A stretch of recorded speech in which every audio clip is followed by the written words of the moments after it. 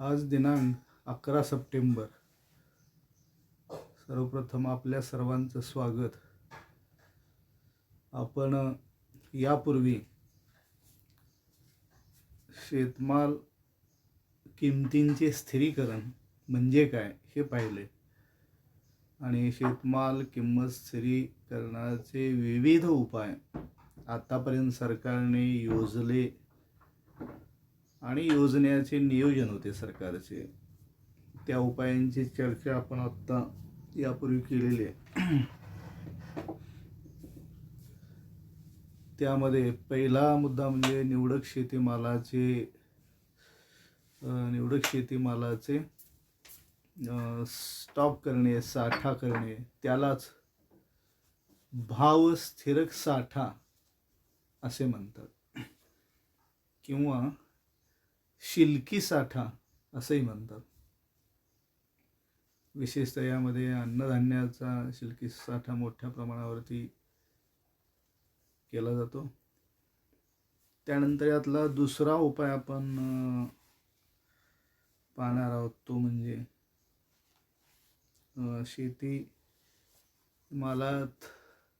शेतीमालाची आयात करणे, इम्पोर्ट ऑफ फूड ग्रेन्स. आयातीची सरकारची भूमिका, विशेषतः अन्नधान्याची आयात. भारतातील प्रमुख शेतीमाल म्हणजे अन्नधान्य. 135 कोटी लोकसंख्येला पुरेल एवढे अन्नधान्याचे उत्पादन करणे हे सर्वात महत्त्वाचे आहे आणि म्हणून सरकारने याला भारत सरकारला यासाठी खूप महत्त्व द्यावे लागते, प्राधान्य द्यावे लागते. इतर देशांपुढे ही फारशी समस्या नाही, भारत सरकारपुढे मोठी समस्या आहे. 135 कोटी लोकसंख्येला पुरेल एवढे अन्नधान्य आणि शेतीमाल उत्पादन करणे हे सर्वात महत्त्वाचे आहे. आणि ज्यावेळी पुरेसे उत्पादन आपल्या देशात होत नाही अन्नधान्याचे, त्यावेळी शेतीमाल किंवा अन्नधान्य दुसऱ्या देशातून आयात केले जाते. त्यामुळेच मागणीबरोबर पुरवठा अशी स्थिती निर्माण होऊन किमती नियंत्रणात राहतात. आणि म्हणून अन्नधान्याच्या किमती नियंत्रित राहण्यासाठी सरकारला अन्नधान्याची आयात करावी लागते. स्वातंत्र्य मिळाल्यानंतर भारत सरकारचे हे धोरण होते, अन्नधान्याची आयात करणे हेच धोरण होते. 1947 पासून ते जवळजवळ 1965 पर्यंत अन्नधान्याचे उत्पादन कमी झाले की अन्नधान्य आयात करणे असे सरकारचे धोरण होते. आयात केल्यामुळे मग किमती नियंत्रित राहत होत्या. 1965 पर्यंत हे धोरण सुरळीत सुरू राहिले. विशेषतः या काळात भारत सरकारला अमेरिकेने अन्नधान्याची निर्यात पब्लिक लॉ 480 या कायद्याखाली कमी किमतीने केली आणि रुपयामध्ये अन्नधान्याची निर्यात केली अमेरिकन सरकारने. अशी फार मोठी सवलत भारताला मिळाली की रुपये देऊन आपल्याला अन्नधान्य आयात करण्याची ही सोय आणि सवलत अमेरिकेने दिली PL 480 या कायद्यानुसार. त्यामुळे भारत सरकारने अन्नधान्याची आयात करणे ही भूमिका कमी पडल्यानंतर आयात करणे असं धोरण स्वीकारलं. पण जवळजवळ हे धोरण सरकारचे 18 वर्ष चालू होते. 18-19 वर्ष सुरळीत झाले हे धोरण. पण 1965 जेव्हा भारत पाकिस्तान युद्ध सुरू झाले, त्या युद्धात अमेरिकेने पाकिस्तानची बाजू स्वीकारली, पाकिस्तानला पाठिंबा दिला, पाकिस्तानच्या भूमिकेला समर्थन दिले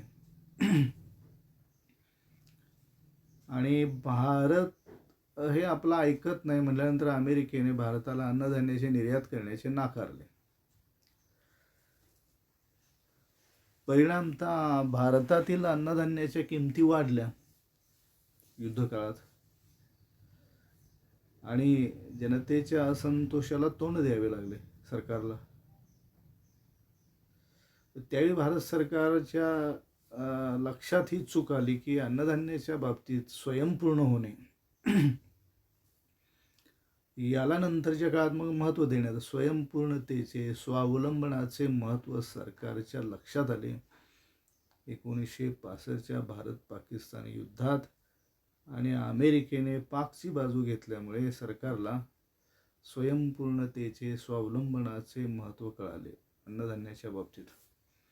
आणि मग स्वावलंबनाचे धोरण स्वीकारायचं निश्चित केलं. आणि मग विशेषतः 1966 ते 69 या काळात, 66 नंतर भारत सरकारने अन्नधान्याच्या उत्पादनात हरित क्रांतीचे धोरण स्वीकारले, ग्रीन रेव्होल्यूशन.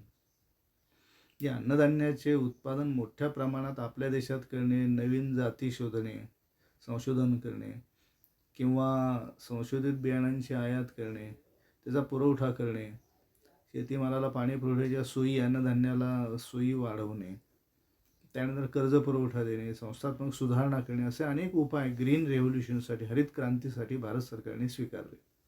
ते उपाय योजले. त्याचा परिणाम असा झाला की साधारणतः 1969-70 नंतर भारतात अन्नधान्याचं उत्पादन हळूहळू वाढायला सुरुवात झाली.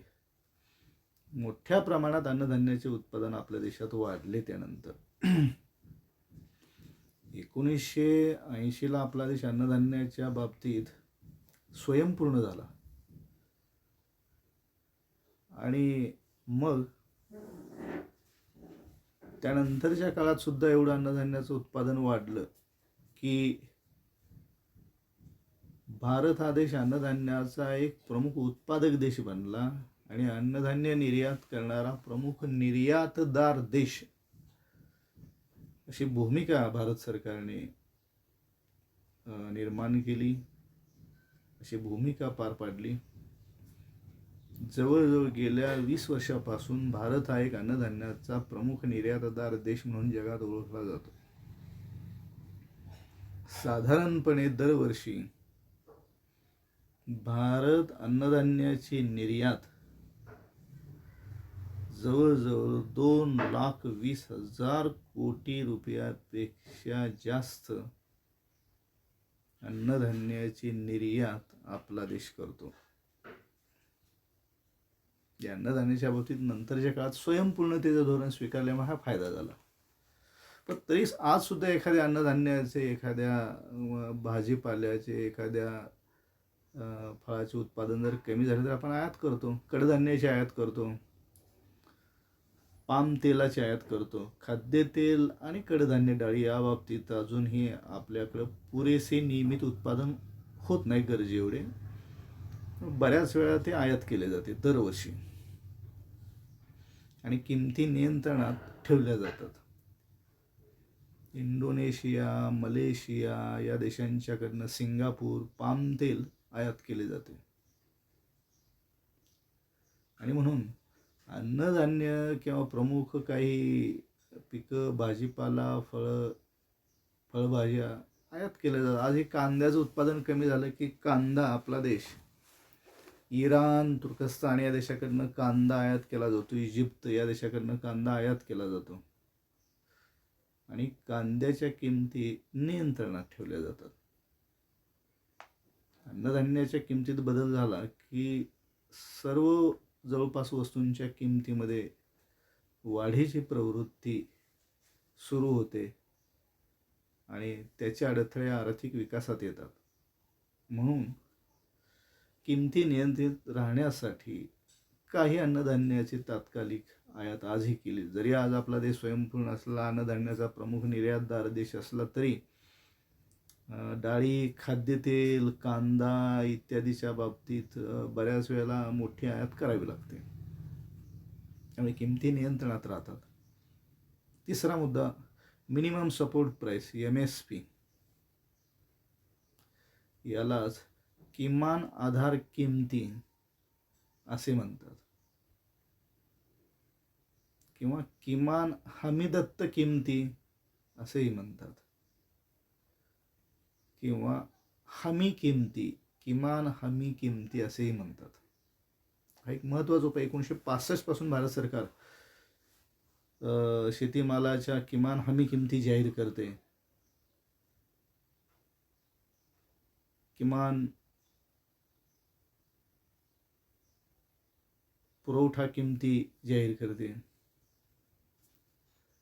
या किमान हमी किमतीला, किमान आधारभूत किमतीला एखाद्या देशात जर अन्नधान्याचे उत्पादन गरजेपेक्षा जादा झाले तर बाजारपेठेतील ते अतिरिक्त उत्पादन एका किमान किमतीला खरेदी करण्याची जबाबदारी जेव्हा सरकार स्वीकारते तेव्हा त्या किमतीला किमान आधारभूत किमती असे म्हणतात.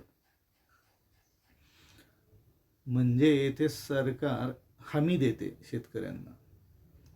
समजा तांदळाचे उत्पादन जादा झाले आणि सरकारने तांदळाची समजा किमान हमी किंमत 20 रुपये किलो अशी किमान हमी किंमत जर समजा सरकारने जाहीर केली असेल तर बाजारपेठेत अतिरिक्त ठरलेले तांदळाचे उत्पादन या किमतीला खरेदी करण्याचे काम सरकार करते.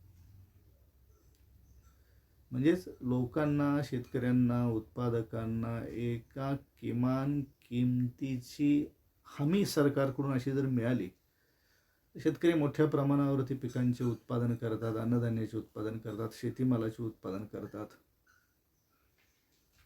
महाराष्ट्रात या बाबतीत एक कापूस एकाधिकार खरेदी योजना राज्य सरकारने, महाराष्ट्र राज्य सरकारने सुरू केली 1975 मध्ये.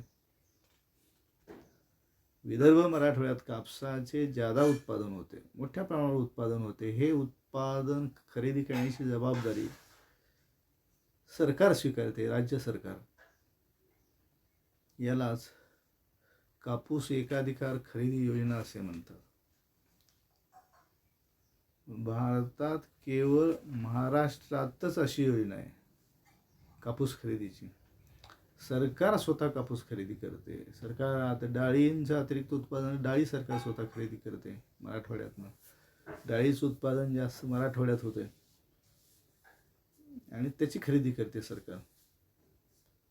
एक किमान हमी किंमत सरकार जेव्हा जाहीर करते आणि दरवर्षी त्याच्यामध्ये वाढ करते सरकार, किंवा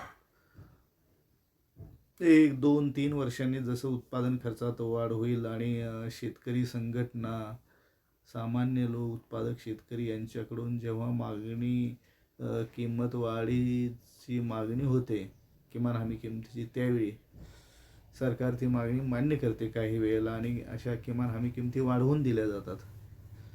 आणि म्हणून मिनिमम सपोर्ट प्राईस, किमान आधारभूत किमती, किमान हमी किमती विशेषतः गहू, तांदूळ, ज्वारी, बाजरी, मका इत्यादी पिकांच्या बाबतीत या किमान हमी किमती जाहीर केल्या जातात.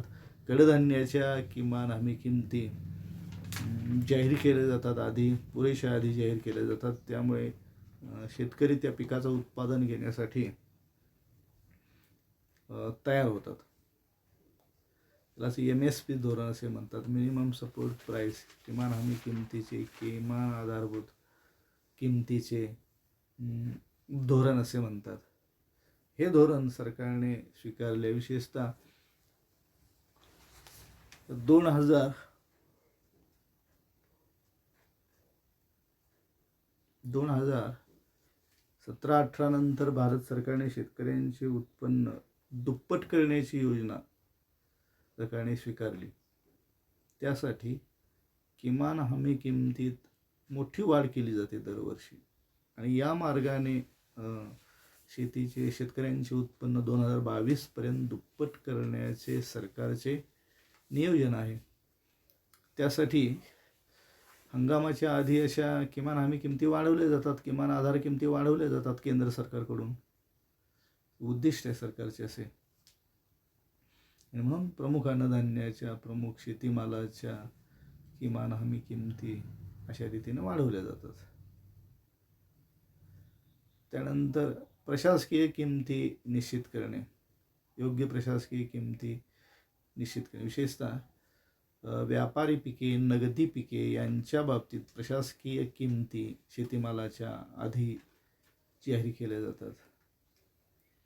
उदाहरणार्थ ऊस, शुगरकेन, कॉटन, टोबॅको, ऑइलसीड्स म्हणजे तेलबिया, टी, कॉफी, चहा, कॉफी, मसाल्याचे पदार्थ आणि रोख नगदी पिके यांच्या बाबतीत प्रशासकीय किमती आधी जाहीर केल्या जातात, ठरवल्या जातात.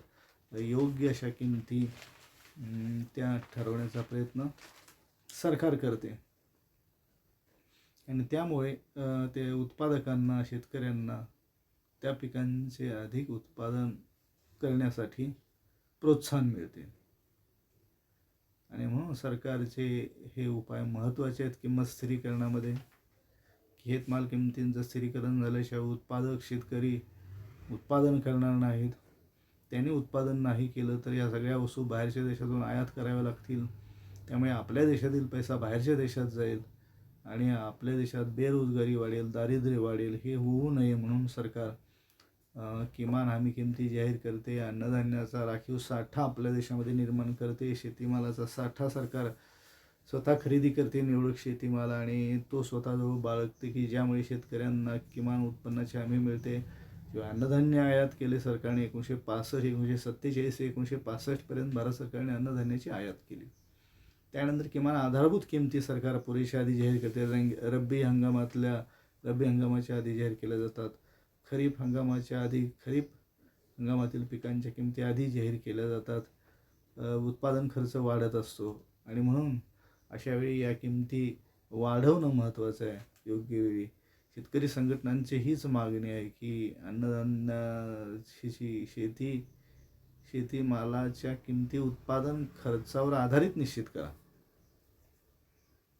पण ही मागणी 100% मान्य झाली नाही तरी सुद्धा काही प्रमाणात सरकारने त्याला मान्यता देण्याच्या दृष्टिकोनातून सरकार पावलं उचलते की अन्नधान्याचा साठा सरकार स्वतः करते, काही अन्नधान्याची आयात करते आणि किमती आपल्या देशातल्या नियंत्रणात ठेवते. प्रशासकीय किमती पुरेशा आधी सरकार जाहीर करते की ज्याच्यामुळे शेतीमालाच्या किमतीमध्ये एक प्रकारे स्थिरता राहील. स्थिरता झाल्यानंतर कायमस्वरूपी अखंडितपणाने उत्पादन देशामध्ये नियमितपणे उपलब्ध होऊ शकते. या दृष्टिकोनातून सरकारने अनेक उपाय हे योजलेले आहेत. सगळ्यात महत्त्वाचं आहे ते म्हणजे शेतीमालामध्ये अन्नधान्य. 135 कोटी लोकांना जगवण्याची क्षमता शेतीमध्ये आहे आणि अन्नधान्याचं उत्पादन शेतकरी मोठ्या प्रमाणावरती करतात. त्या कोरोना विषाणूच्या काळात सगळे उद्योगधंद्याची ताकद थांबली होती, पण शेतीचं उत्पादन मात्र सुरूच होतं. आणि म्हणून शेतीच्या वाढीचा वेग, शेती क्षेत्राच्या वाढीचा वेग 3% जास्त आहे आणि या उलट उद्योगधंद्यांच्या वाढीचा वेग वजा 23%. म्हणून शेती हे अतिशय महत्त्वाचे क्षेत्र आहे अर्थव्यवस्थेतील आणि त्या दृष्टिकोनातून सरकारने असे अनेक उपाय योजलेले आहेत. राहिलेल्या इतर उपायांची चर्चा आपण पुढील व्याख्यानामध्ये करू. धन्यवाद.